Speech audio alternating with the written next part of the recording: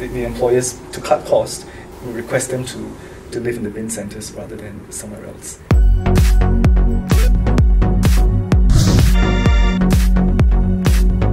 With us today we have Jolovan Wham, former Executive Director of the Humanitarian Organization for Migration Economics and human rights activist.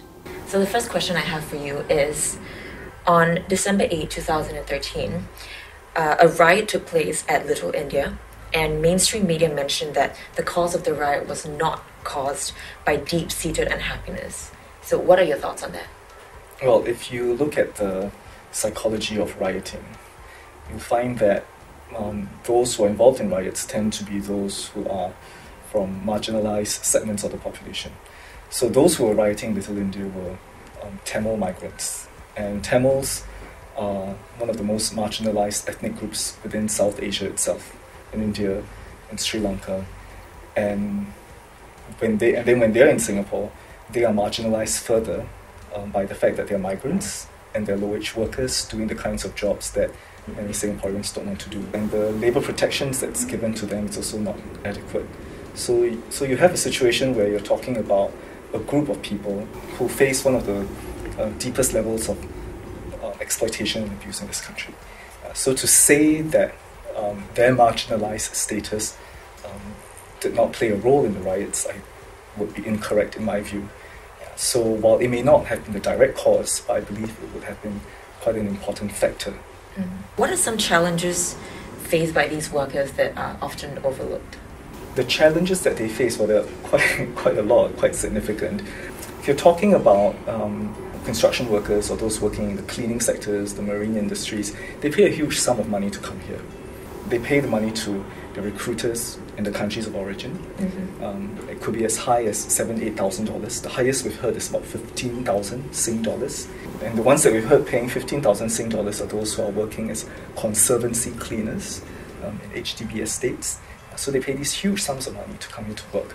They will not want to do anything to risk their employment here. So this means that they'll be willing to put up with all kinds of abuses and exploitation just so that they can keep their job. If we talk about living conditions, those who are conservancy cleaners in HDB estates, many of them actually live in the bin centres. The employers, to cut costs, will request them to live in the bin centres rather than somewhere else. Is that illegal? That is not legal. Yeah, they're not supposed to be living in bin centres. But if you talk to many of these workers living in the bin centres, even though they don't like it, but it's not something that they are bothered about the most. Yeah, what they're most bothered by is that they are working very long hours with very little rest, and that their employers don't pay them properly, or that their employers even demand money, and this is known as kickbacks, to renew their permits or in order to keep their jobs. So these are the things that they're more concerned about. A study by SMU in 2015 found that 64% of workers with an injury or salary claim with MOM said they had been threatened with deportation by their employer. So why was that happening? The threat of repatriation is something that's a very frightening prospect for any migrant worker. This happens because employers might not be happy with their employees in terms of their work performance, or maybe the employees could be asserting their rights, and the employer then uses that as a way to obtain compliance. This often makes it very difficult for them to want to do anything, even to seek help, because they're so afraid of losing their jobs. The migrant worker NGOs, they will get a lot of calls from migrant workers themselves saying that their employers want to send them back. Now, sometimes they even call when they're at the airport. And then volunteers and social workers have to go down to the airport to try and assist them, to negotiate with the employers not to send them back.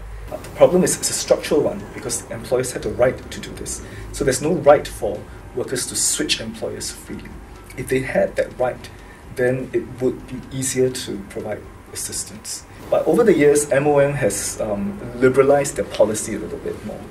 So those who have serious salary problems, or those who may have been illegally deployed by their employers to work in places that they're not supposed to work in, MOM will allow them to switch employers without the current employer's consent. It is through the years of advocacy that has, I think, resulted in this liberalization. But despite that, the policy still remains. The government treats each case on a case-by-case basis.